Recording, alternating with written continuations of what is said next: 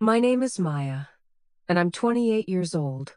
In my family's eyes, I'm the practical daughter, the stable one, the one with a good tech job they don't really understand. But last week, as I stood in the pouring rain, feeling the cold water seep into my worn-out sneakers while waiting for my second bus of the day to get home from a 10-hour coding session, my parents called. They were at a Tesla dealership, their voices buzzing with an excitement I hadn't heard in years. They were beaming next to my sister, Chloe, and the cherry red Model 3 they were buying for her. In the same breath, they told me they expected me to wire my entire annual bonus to cover the cost. What they didn't know was that, thanks to the boring job they so often dismissed, I didn't just have enough money to buy that car in cash. I had enough money to buy the dealership, and I was about to buy their family a lesson they would never forget. If you're watching this from somewhere you've ever felt invisible in your own family, drop a comment and let me know where you're from.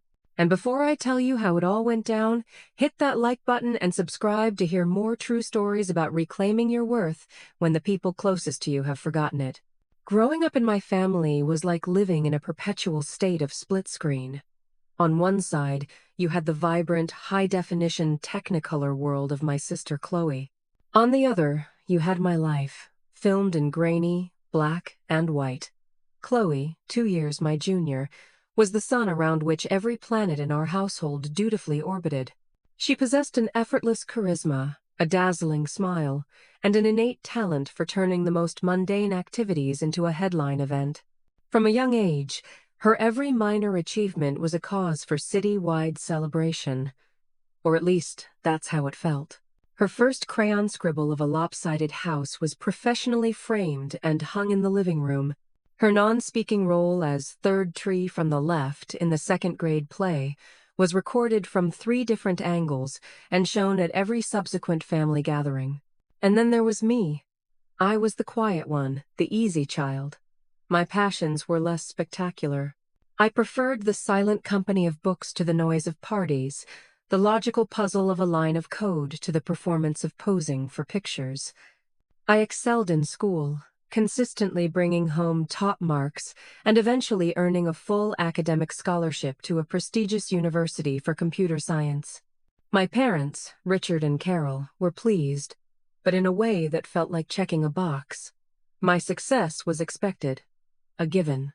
"That's our Maya," my father would say, with a perfunctory pat on the back that never quite landed. "Always reliable." Reliable became my brand, my function. It meant I was the on-call, unpaid IT support for their every computer-related ailment. It meant I was the one who, from the moment I received my first paycheck from my very first post-college job, was expected to contribute a staggering 40% of my income to the nebulous family fund. This fund was supposedly to help with household bills, but I quickly learned it was a slush fund for Chloe's ever-evolving whims and aspirations. The injustice wasn't a single, dramatic event. It was 1,000 tiny paper cuts, the slow, steady erosion of my sense of self-worth. I remember with painful clarity when we both learned to drive. For Chloe's 16th birthday, our driveway was adorned with a giant bow on the hood of a pristine, low-mileage Volkswagen Jetta. A young woman needs to be independent and safe, my mother, Carol, had announced to our assembled relatives, as if she were a queen bestowing a title. A year later, on my 17th birthday, my gift was a laminated bus schedule and a preloaded transit card. "You're just more responsible, Maya," my father explained, avoiding my eyes. "And your route to campus is a straight shot. It'll build character." I didn't protest. I didn't want to seem ungrateful. Instead, I quietly took on a second part-time job tutoring underclassmen in calculus, and after a year of saving every penny, I bought myself a 10-year-old Honda Civic with a sputtering engine and a mysterious rattling sound. The pattern was cemented in college. Chloe chose a private art school with an astronomical price tag to major in communications. My parents took out loans in their name to cover the full cost, proudly telling everyone it was an investment in her brand. Meanwhile, I worked 2 jobs, one in the university library, one waiting tables to cover the rent and food that my scholarship didn't. There was one winter break when my old laptop, the one I'd had since high school, finally died. It was the middle of finals week. In a moment of sheer desperation, I called home. "Oh, Maya." My mother's voice was laced with a sigh I knew all too well. "The timing is just awful. Your father and I just had to help Chloe buy a new professional camera for her blog. You understand, image quality is everything in her industry." I understood perfectly. I hung up, my throat tight, and spent the next 72 hours in the freezing 24-hour campus computer lab, fueled by vending machine coffee, finishing my final projects. I got A's in every class. When I came home for the holidays, no one asked how. They just noted that I looked tired. After graduation, I landed an excellent job as a software developer at a rising tech firm in the city. The salary was more than I had ever dreamed of, and for a brief, glorious moment, I felt the ground of financial stability beneath my feet. But that ground quickly turned to quicksand.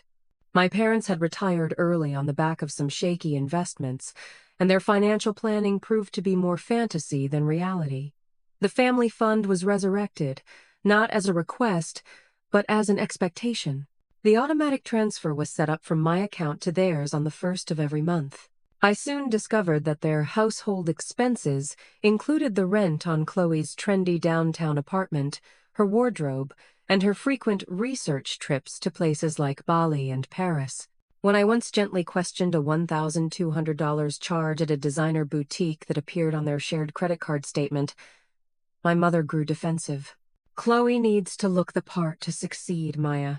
You're doing so well in your little computer world. Don't you want to see your sister succeed too?" My world was never as important, never as valid. Chloe would openly mock my career at family dinners. "I just don't get it," she'd say with a laugh. "Maya spends all day in a dark little cube, staring at numbers and letters. I'd go crazy. I need to be out in the world, creating, inspiring." She had no clue what I did, and no desire to find out. To her, I was simply a resource, a faceless, reliable ATM that funded her curated, inspiring life. And for years, I let it happen. I paid and I paid, hoping that one day the scales would balance. I thought that if I was just reliable enough, just generous enough, they might finally look at me with the same unadulterated pride they had for Chloe. I accepted the injustice because I thought it was the price of peace in the family. I had no idea that their next demand would not only shatter that fragile peace, it would force me to calculate the true cost of their love. It all started with a car, and it would end with me driving away from everything I thought I knew. The catalyst, as it so often was in our family's ecosystem, was a perceived triumph in Chloe's world. She had landed a brand deal. It wasn't with Gucci or Chanel. It was with a small, organic skincare startup that paid her a modest fee and sent her a box of face masks. But to hear my parents tell it, you would think she had just been named CEO of L'Oréal. This major breakthrough, they decided, demanded a corresponding upgrade in her public image. Her image, they reasoned with the flawed logic of doting parents, was her entire career. And in their minds, nothing screamed, "I've arrived," and "I'm an eco-conscious millennial," quite like a brand new Tesla. The idea was presented to me not as a discussion, but as a foregone conclusion during a hastily arranged family dinner. The call to attend had come on a Tuesday. I had just gotten home, my clothes damp and my hair plastered to my forehead after making a mad dash from the bus stop in a surprise thunderstorm. My trusty old Honda had finally died 2 weeks earlier. The mechanic had looked at me with pity in his eyes. "The engine's seized, kid. You're looking at a repair bill that's more than the car is worth. Time to let her go." When I had broached the subject of a small loan from the family fund to help with a down payment on a reliable used car, my father had dismissed it out of hand. "Absolutely not, Maya. We have to tighten our belts right now. Every penny is accounted for." So the bus it was. I arrived at my parents' house to find them beaming, Chloe glowing with self-importance. "Maya, sweetie," my mother greeted me at the door. We have the most wonderful news. Over dinner, they laid it all out. They spoke of brand synergy, of optics, of the importance of projecting success to attract success. They had already visited the dealership. They had already picked out the model and the color, a vibrant, look at me red. I sat there, pushing a piece of chicken around my plate, a cold dread coiling in my stomach. A Tesla? I finally managed to say. Dad, those start at what, $40,000? How can we possibly afford that? My father leaned back in his chair, a smug smile on his face. That's the beauty of it. We've run all the numbers. With a significant down payment, the monthly payments will be surprisingly manageable. He paused, letting the suspense build before delivering the punchline. Which, of course, is where you come in. Your annual bonus is due next week, isn't it? I looked at him, then at my mother, then at my sister, who was pretending to be absorbed in her phone but was clearly listening to every word. My bonus. I had sacrificed sleep, weekends, and a social life for a year to earn that bonus. It was my escape hatch. It was the down payment on a small condo, my ticket out of a shared apartment with a messy roommate, the first real step toward a life that was truly my own. I had a spreadsheet detailing exactly how every dollar would be allocated. Yes, I said, my voice barely a whisper. It's coming next week. Perfect, my father boomed, slapping the table with a bit too much force. So here's the plan. We'll put down the initial deposit, and as soon as your bonus hits your account, you'll wire the full amount to us. It will obliterate the bulk of the loan. A true team effort. The whole family, pitching in to launch Chloe into the stratosphere. It's a perfect plan. A perfect plan. I looked around the dining room, at the framed photos of Chloe on the wall, at the expensive bottle of wine they'd opened to celebrate, and I thought of the soggy bus pass in my wallet and the condo listings I had bookmarked on my laptop. To them, my bonus wasn't the foundation of my future. It was just a convenient pile of cash to finance Chloe's present.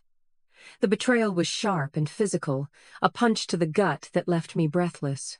I don't know, I stammered, my carefully constructed world crumbling. That's a lot of money. I had other plans for it.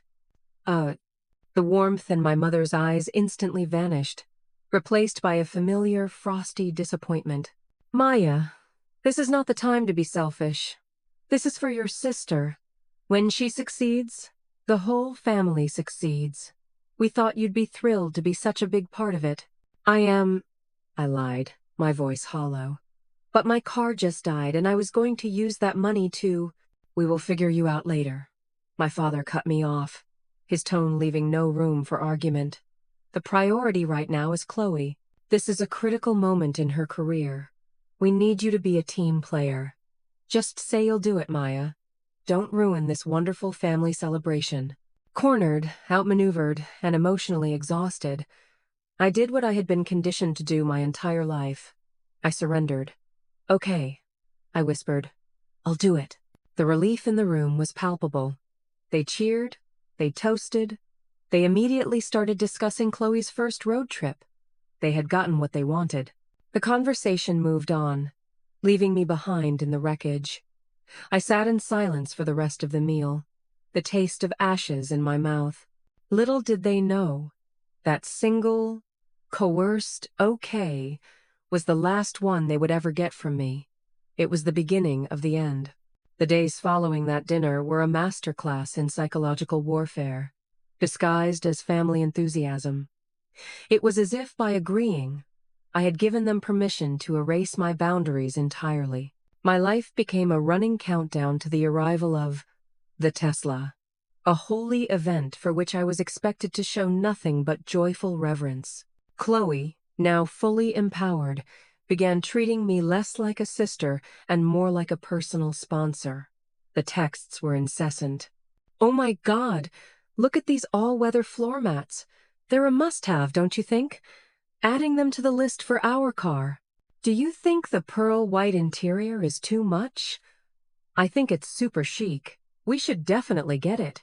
The use of we and our was a constant, deliberate jab. a reminder that my money was now her possession. My mother, in her role as chief manipulator, called me daily under the guise of keeping me in the loop. The financing was approved, sweetie. The salesman Mark is just the nicest young man. He said, "We have excellent taste. Aren't you proud of what we're accomplishing together?" Each call was a new turn of the screw, a fresh application of pressure. They never once asked about my job. They never once asked about my commute, which had become a grueling 2-hour ordeal each way. My life, my reality, was an inconvenient detail in the grand narrative of Chloe's ascent. I decided to try one last time to appeal to their reason. I knew it was likely futile, but I had to try. I invited them to brunch that weekend, choosing a neutral cafe, hoping the public setting might temper their reactions. "I've been running the numbers," I began carefully, stirring my latte. "And after this transfer, it's going to take me at least another 2 years to save up enough for a down payment on a place of my own. And that's without a car. I'm really worried about my financial future." My father set down his coffee cup with a thud. "Maya, I am very disappointed to hear you bringing this up again. We had a family agreement. You are looking at this from a very selfish perspective. When the family succeeds, you succeed." "But how?" I pressed, my voice trembling slightly. "How does me being financially insecure and struggling to get to work contribute to anyone's success?" Chloe let out an exasperated sigh, loud enough for the tables nearby to hear. "Oh my God, Maya, you are being so dramatic. It's called delayed gratification. I've been delaying it my whole life. Do you know how hard it is to build a brand from nothing? You get to sit in a comfortable, air-conditioned office all day. I have to be on 24/7. This car isn't a toy. It's a business tool. A tool you are helping to provide. You should be happy about that." My mother reached across the table, patting my hand in that condescending way of hers. "Your father and I have provided for you your whole life. Now it's your turn to give back a little. It's the circle of life. As soon as Chloe lands a 6-figure contract, we promise we will sit down and reassess everyone's financial situation. But until then, we need you to stop making this so difficult." The conversation was a brick wall. My concerns were dismissed as selfishness. My reality distorted to fit their narrative. I was the ungrateful child, the difficult sister. That night, the anger that had been simmering inside me began to boil. It was a hot, bitter rage that kept me awake, staring at the ceiling, my mind racing. The first major escalation happened 3 days later. I was at the bus station, fumbling in my purse for my monthly corporate transit pass, which my company provided as a perk. When I tapped it on the reader, a harsh red light flashed. Insufficient funds. Confused, I paid in cash and spent the entire bus ride on the phone with a very unhelpful transit authority agent. It wasn't until I got to work that I called my company's HR department. "Oh yes, Miss Alexander," the HR representative said after a few minutes of typing. "We received a call last week from a Richard Alexander, who identified himself as your financial manager. He requested that we cancel the pass, stating that your transportation needs had changed and you no longer required it. The cancellation was processed on Tuesday." I felt the blood drain from my face. My father. He hadn't just pressured me. He had actively gone behind my back and interfered with my employment benefits. I called him immediately, my hand shaking so hard I could barely hold the phone. "Why did you cancel my bus pass?" His voice was infuriatingly calm, as if he were discussing the weather. "Ah, yes. Your mother and I were talking it over, and we thought it was a proactive financial move. It's about creating incentives, Maya. If you have to pay for the bus out of pocket every day, it creates a stronger sense of urgency to get the Tesla paid off. It's a bit of tough love to help you focus on the family's goal." I was speechless. This wasn't tough love. This was sabotage. This was a calculated move to make my life more difficult, to strip me of any small comfort or convenience, all to ensure I remained compliant and focused on their prize. The final clarifying moment came from the most unexpected of sources. a quiet senior engineer on my team named David. He was brilliant, a bit awkward but incredibly perceptive. He had noticed my increased tardiness and the dark circles under my eyes. One afternoon, as we were pair programming on a difficult bug, he turned to me. "You don't have to answer this, Maya, but is everything okay? You seem like you're carrying the weight of the world lately." And for some reason, I just broke. The dam of composure I had so carefully constructed burst, and I told him everything. The years of favoritism, Chloe, the ridiculous Tesla, the manipulative parents, the canceled bus pass. I expected him to offer some bland platitudes, but instead he listened intently, his expression growing more and more serious. When I finished, he was quiet for a long moment. "Maya," he said, his voice gentle but firm, "I'm not a therapist, but I am an engineer. I deal in logic and systems. And the system you're describing is not a family, it's a parasitic relationship. They are not just asking for help, they are systematically draining your resources, financial, emotional, and physical, for their own benefit. What your father did with your transit pass isn't tough love, it's financial abuse, and it's wrong." Hearing those words, spoken with such calm certainty by an objective outsider, was like having a bucket of ice water thrown on me. He wasn't judging me. He was validating me. He saw the situation for exactly what it was, stripped of all the emotional baggage and years of conditioning. I wasn't being sensitive. I wasn't being selfish. I was being systematically exploited. That evening, I was summoned to my parents' house for a car celebration party. They had officially signed the papers, and the Tesla was parked in the driveway, a gleaming red monument to my oppression. When I arrived, Chloe was in the middle of a live Instagram story. "And here she is," Chloe squealed, panning her phone from the car to me as I exited the ride. Cher I'd had to call. The final piece of the puzzle. My amazing, super generous big sister Maya.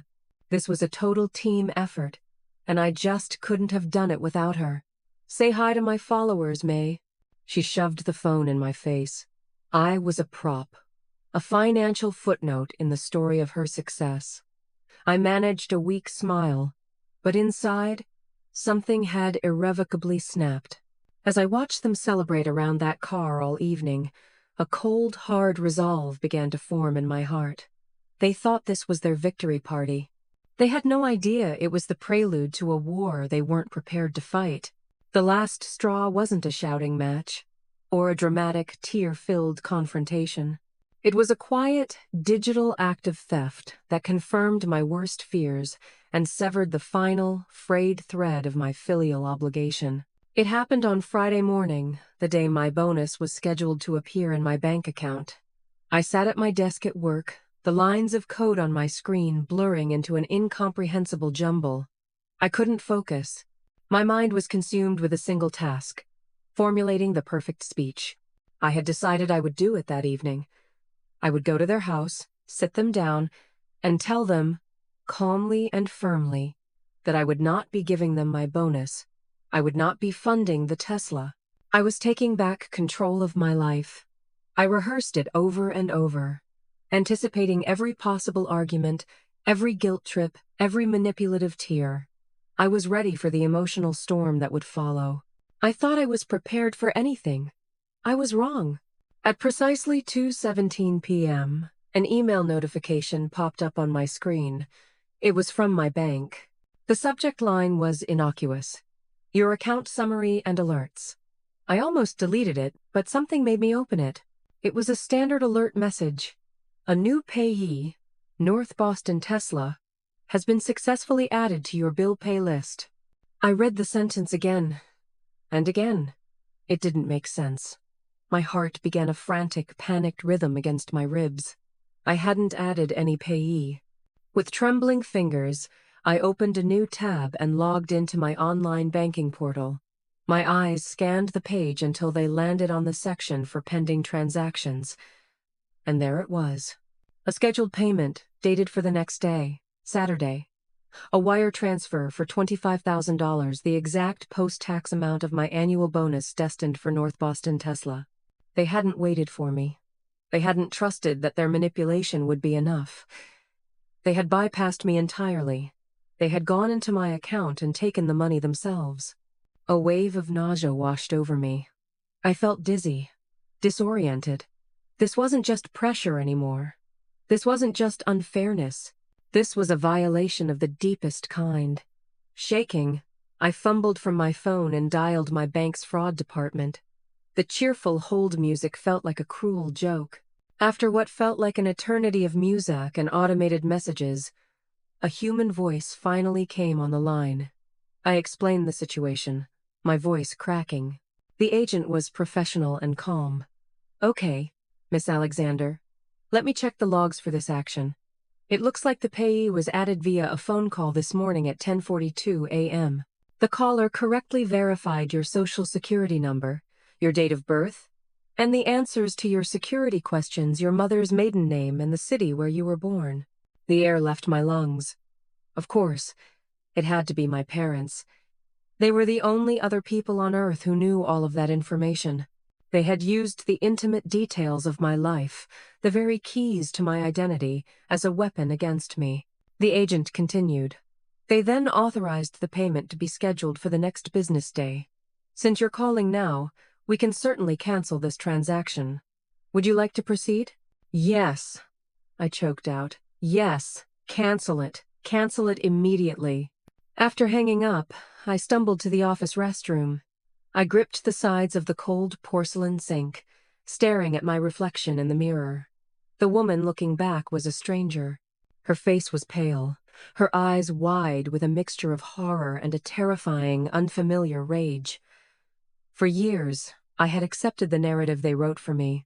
I was the responsible one, the caregiver, the safety net. I had sacrificed my own needs and desires on the altar of their happiness, telling myself it was love. But this wasn't love. Love doesn't impersonata. Love doesn't steal. And in that sterile, fluorescent-lit bathroom, something inside me shifted. The years of resentment, the 1,000 tiny cuts of disrespect, the weight of their unending expectations, it all coalesced into a single, diamond-hard point of clarity. The victim in the mirror was gone. In her place was a woman who had just been pushed past her breaking point. A woman who finally understood that peace at any price was no peace at all. I walked back to my desk, the shaking in my hands replaced by a preternatural stillness. I picked up the phone and called the bank again. My voice was calm, controlled, and utterly cold. "I'd like to place a hard fraud alert on all of my accounts," I said. "I want to institute a new policy. No transactions or account changes of any kind are to be authorized over the phone, regardless of verification. All significant actions must be done in person at a branch, with 2 forms of government-issued photo ID. No exceptions." As the agent confirmed the new security measures, I received a text message. It was from my mother. A picture of Chloe posing and blowing a kiss in front of the red Tesla at the dealership. The caption read, "She's so excited for tomorrow. We all are. You're the best daughter, Dor." I looked at the message, at the grotesque smiling lie of it. They thought they had already won. They thought I was a pawn they could move around their board at will. But they had just made a fatal miscalculation. They had forgotten that even pawns, when they reach the other side of the board, can become queens. And my coronation was about to begin. My secret weapon wasn't a document hidden in a safe or a whispered confession from a sympathetic relative.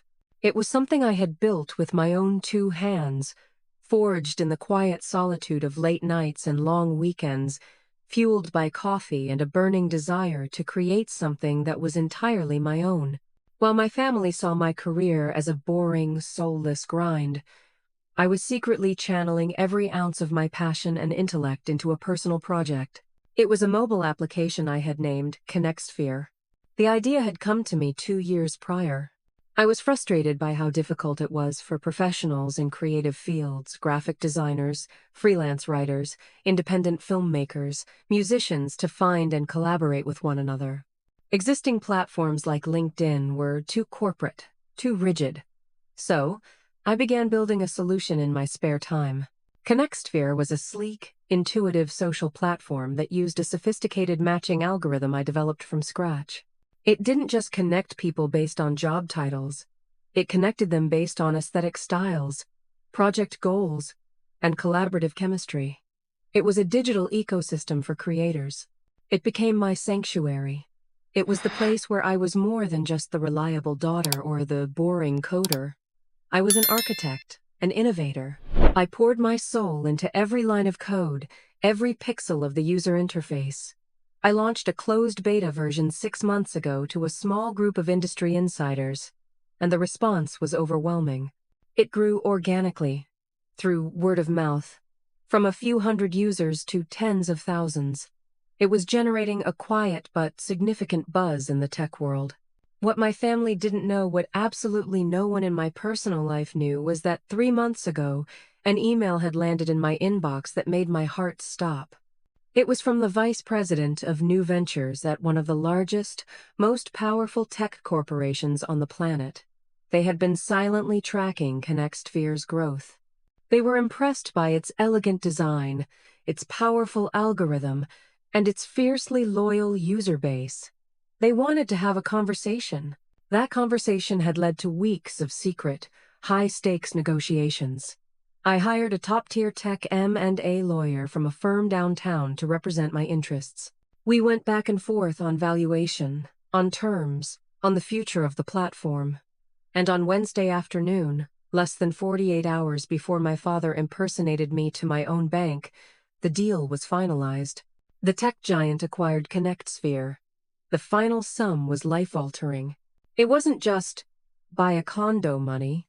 It was buy the entire condo building money. The funds had been wired into a separate business bank account I had set up, an account my family knew nothing about. I was, for all intents and purposes, a multi-millionaire, while my family was still scheming to steal my 5-figure bonus. The tragic absurdity of it all was not lost on me. After locking down my personal bank accounts, my first call was not to my family, but to a different kind of family, the legal kind. I didn't call my tech lawyer. I called Jessica, a litigator whose reputation I had researched that very afternoon. Her website described her as a fearless advocate for victims of financial and familial exploitation. She was exactly who I needed.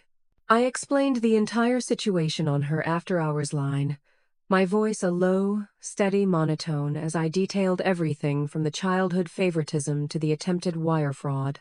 When I finished, there was a long, charged pause. "Maya," Jessica finally said, her voice a whip-crack of controlled fury. "In my 15 years of practice, this is one of the most egregious, calculated cases of parental financial abuse I have ever encountered. We are not just going to defend you. We are going to launch a counteroffensive they will never see coming." We met first thing on Saturday morning in her pristine, sunlit office. I came armed with a folder containing years of evidence, bank statements showing my contributions to the family fund, text messages from Chloe, emails. Jessica listened, her eyes sharp and intelligent, piecing together the puzzle. Then, she laid out a plan. It was audacious, theatrical, and utterly perfect. "They expect you to crumble," Jessica explained, leaning forward. "They expect tears, anger, a messy, emotional confrontation at their dinner table where they can gaslight you and play the victim. We are denying them that satisfaction. We will confront them, but it will be on our terms, on our territory, and we will do it in a way that strips them of all their power." The plan was a work of art. My parents, believing the transfer had gone through, were planning to go to the Tesla dealership that afternoon with Chloe to finalize the purchase and drive the car home. Jessica and I would meet them there. "Your first move," Jessica instructed, "is to call your mother. You need to sound defeated, remorseful. Tell her you overreacted, that you realize you were being selfish, and that you can't wait to see Chloe's face when she gets the keys. Tell her you'll meet them at the dealership to celebrate." My stomach churned at the thought of the deception. but I understood the strategy. I made the call, my voice laced with a fake, shaky contrition. It worked like a charm.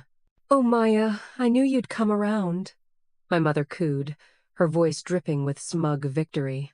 "Of course, sweetie. We'll see you there at 2 p.m. This is going to be so wonderful for the family." End of. Next, Jessica called the general manager of the North Boston Tesla dealership. She was masterful. Without revealing specifics, she explained that a sensitive, high-net-worth family situation was unfolding around the purchase, and that we required discretion and a private space to finalize the transaction.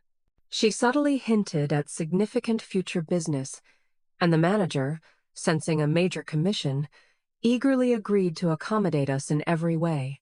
My final stop was my business bank. I walked in, asked to speak with the branch manager, and requested a certified cashier's check. The number I had her write on it was large enough to cause her to raise an eyebrow. As she handed the check to me, I felt the crisp, heavy weight of it in my hands. It wasn't just paper. It was leverage. It was freedom. It was the power to finally, decisively, end the game. Leaving the bank, I felt a strange and profound calm descend over me. The anxiety was gone, replaced by an ice-cold resolve. For 28 years, they had written my story for me, casting me in the thankless supporting role of the reliable provider. This afternoon, I was walking onto their set, not as an actor, but as the new writer, director, and producer, and I was about to rewrite the entire script. The Tesla dealership was a temple of modern minimalism. Gleaming cars sat like sculptures under carefully aimed spotlights, their polished surfaces reflecting the odd faces of customers. The air smelled of clean metal and expensive leather. When Jessica and I arrived at 2 p.m. sharp, I spotted my family immediately. They were the center of their own universe, gathered around a fire engine red Model 3 inches the center of the showroom.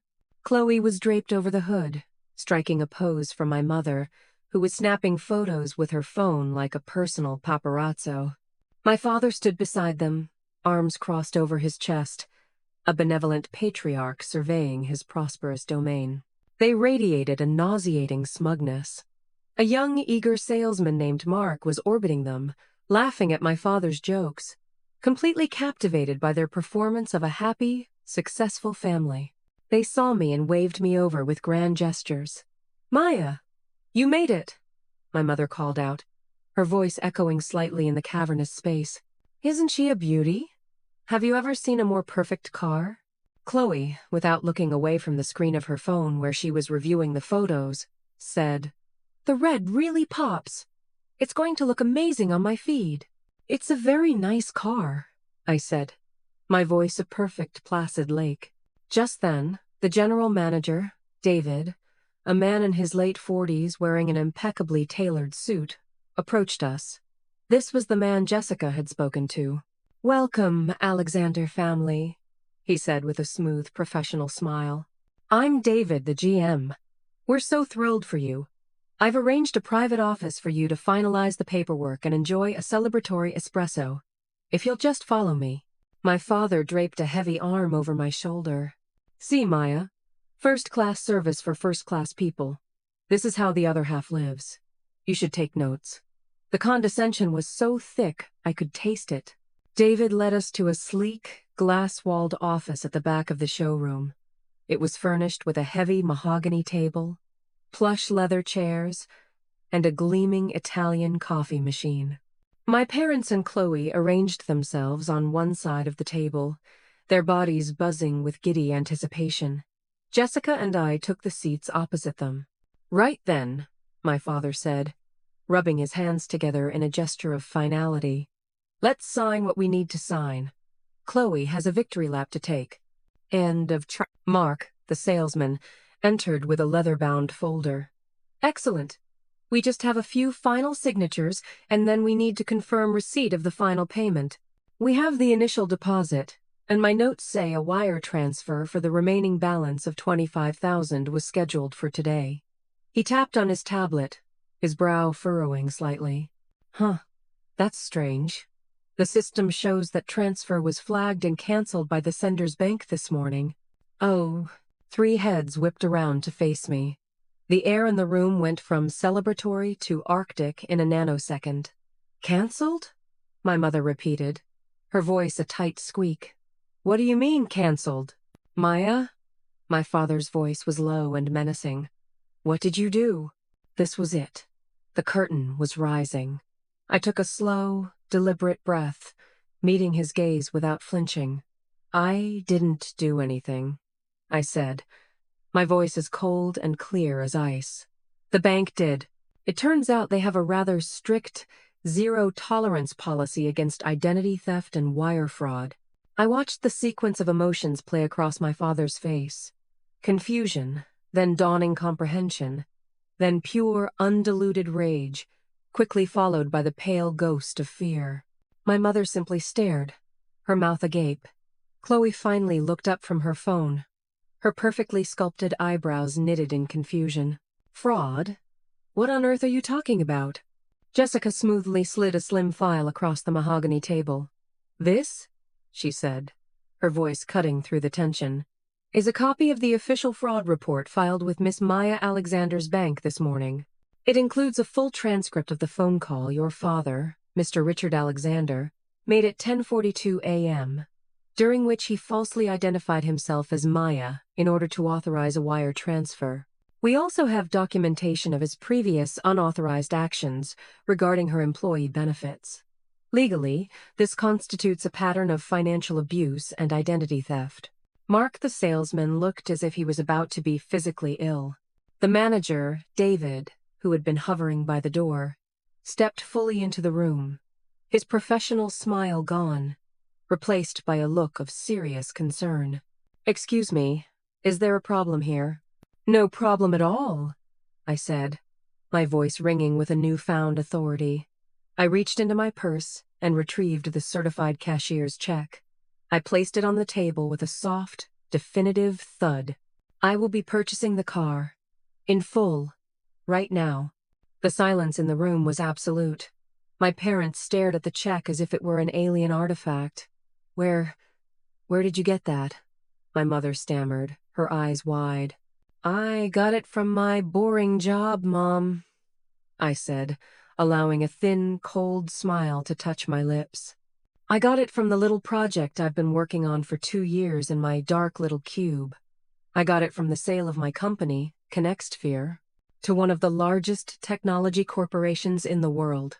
I turned my gaze fully on my sister. They found me, ironically enough, through a recommendation from a tech blogger you follow. They saw the value in my work, Chloe. They reached out, we negotiated, and they paid me a sum of money that would make your entire influencer career look like a lemonade stand. Chloe's face, a moment ago so smug, was now a mask of disbelief and wounded pride. So, yes, I continued, turning my attention back to the manager, David, who was now looking at me with a completely different kind of respect. I will be purchasing the car, but it is not for her. I flicked a glance at Chloe. It's for me, and I've changed my mind about the color. I'd like the midnight blue metallic. David, a seasoned professional, recovered instantly. He saw the check. He understood where the power now lay. Of course, Miss Alexander. An excellent choice. We have one in our inventory. We can have it detailed and ready for you within the hour. No! My father finally found his voice, slamming his hand on the table. Maya, this is ridiculous. You can't do this. We had a family agreement. End of talk. The agreement ended the moment you committed a felony using my name. I shot back, my voice unwavering. This car, this entire transaction, is now mine. Bought and paid for with my money. You have absolutely no say in the matter. My mother devolved into sobs. How could you be so cruel? To your own family? After everything we've done for you? The audacity of it made me laugh. A short, sharp, humorless sound. What you've done for me? You made me ride the bus in the rain so you could buy her a 6-figure car.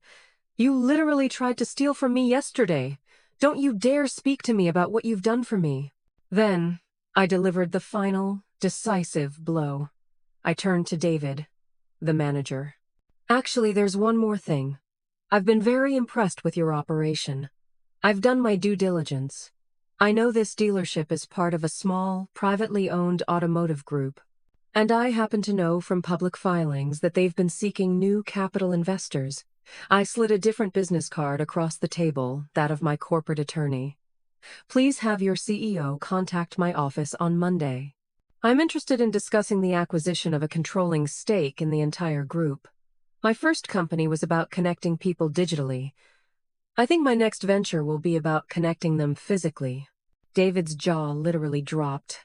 My father looked like he might actually have a heart attack. I stood up, smoothing down my jacket. Jessica, I believe our work here is done. David, I'll be back in an hour for my blue car. As we walked out of that glass office, leaving my family sitting in the smoldering ruins of their own making, I could feel the eyes of every person in the showroom on me. For the first time in 28 years, I wasn't invisible. I was inevitable.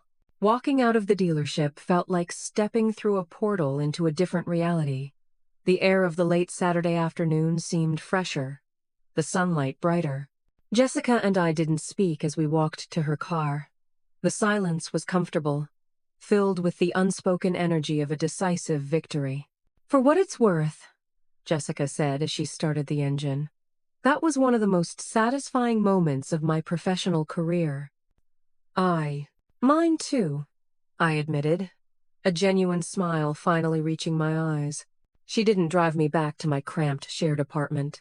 Instead, she pulled up in front of a sleek, 5-star hotel in the heart of the city. I took the liberty of booking you a suite for the weekend, she said, turning to me.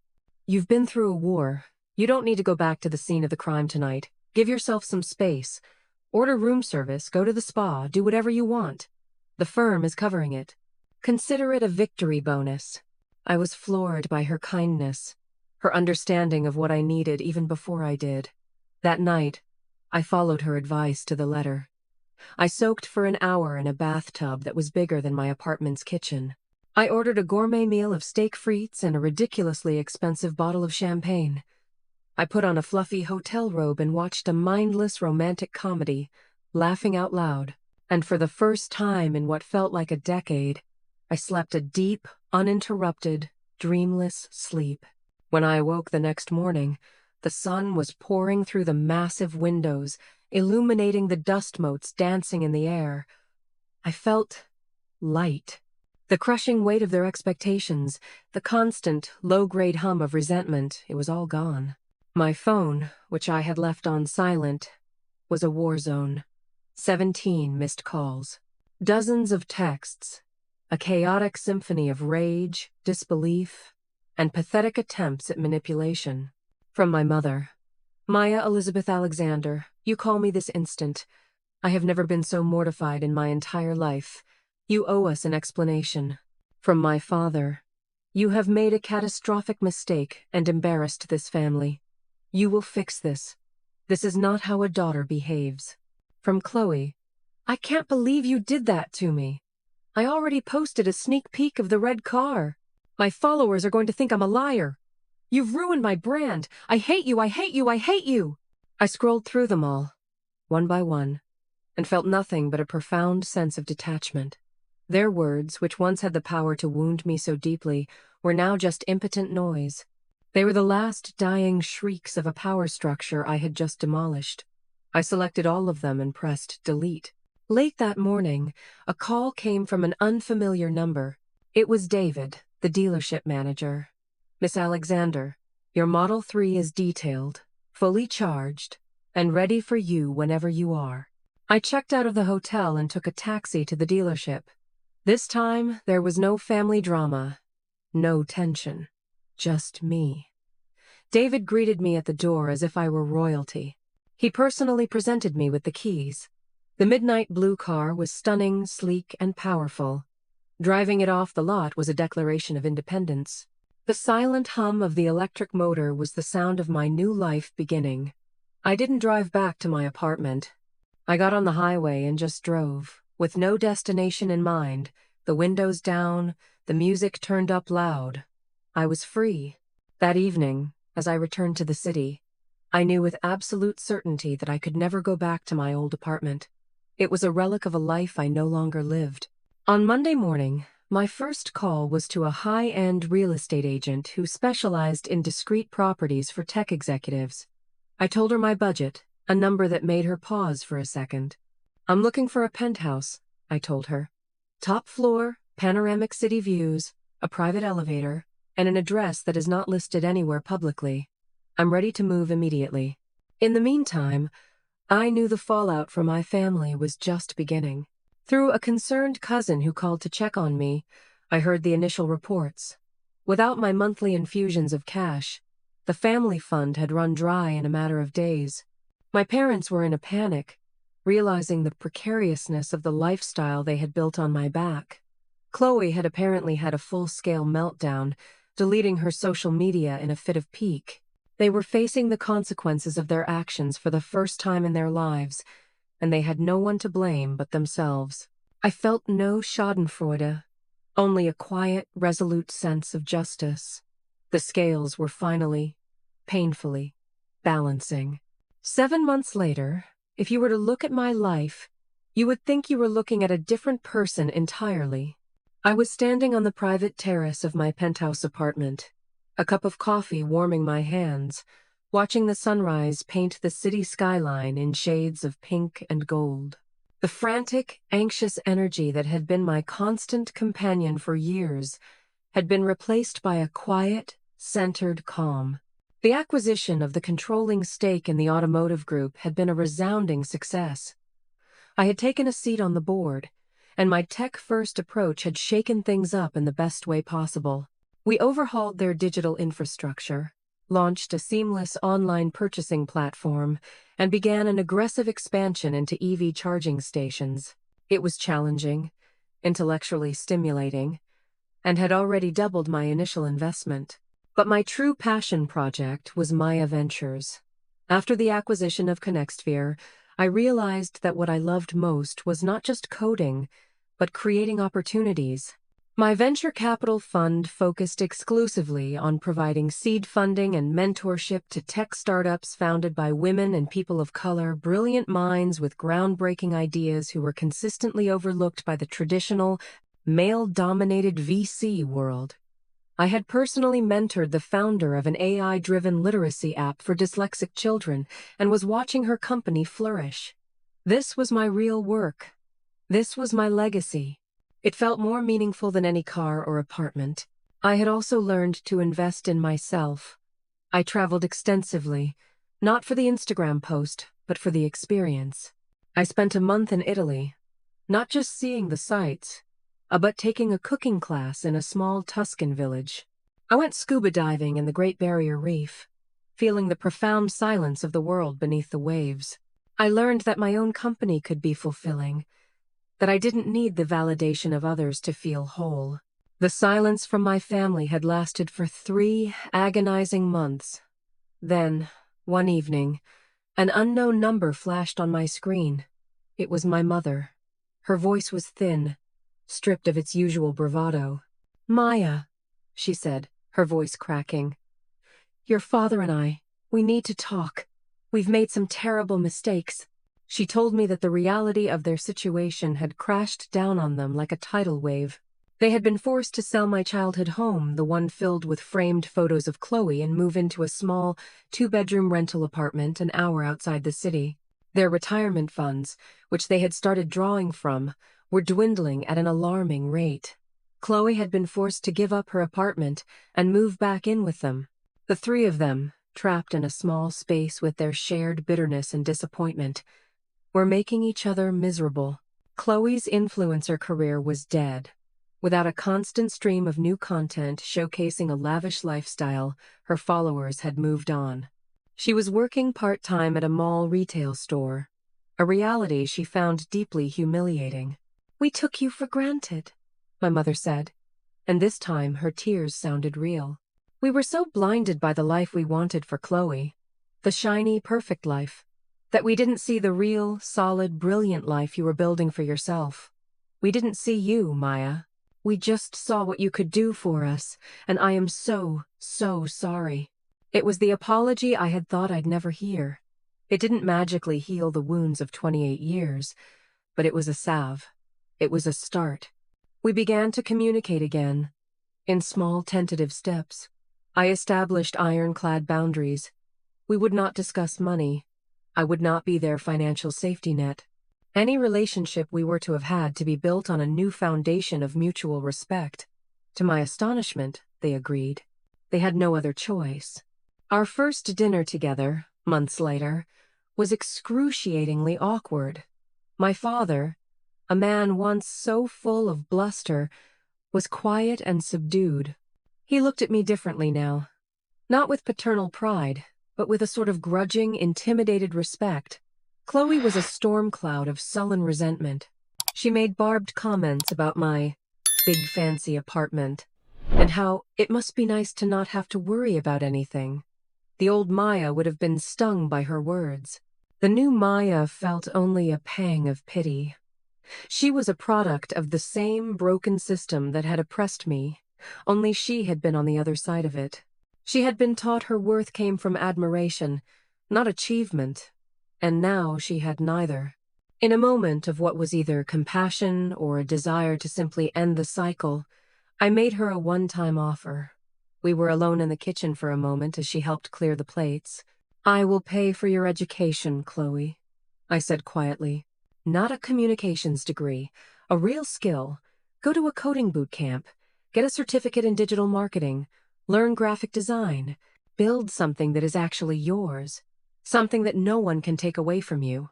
She sneered at me then, telling me she wasn't a nerd like me. But 2 weeks later, my mother called. Chloe had, without telling anyone, enrolled in an intensive online course for UX divided by UI design. It was a start. Our family will never be a Hallmark card. The trust is gone, perhaps forever. But we are slowly, painfully building something new, something more honest. They are learning to see me for who I am, not what I can give them. And I am learning that forgiveness isn't about absolving them. It's about freeing myself.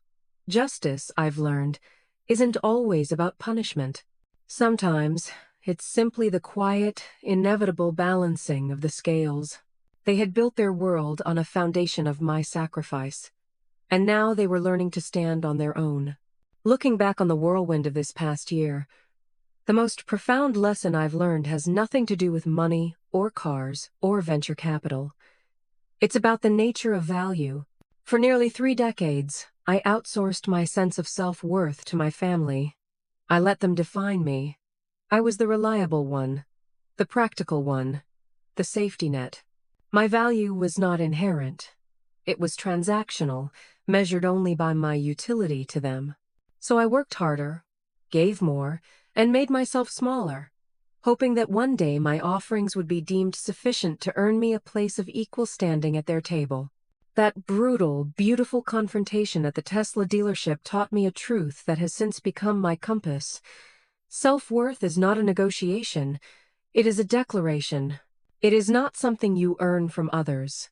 It is something you finally, defiantly, claim for yourself. The moment I stopped pleading for their approval and started operating from a place of my own inherent value was the moment the entire power dynamic of my life shifted. The money didn't give me strength. It merely amplified the strength that was already there, forged in the fires of my own hard work, discipline,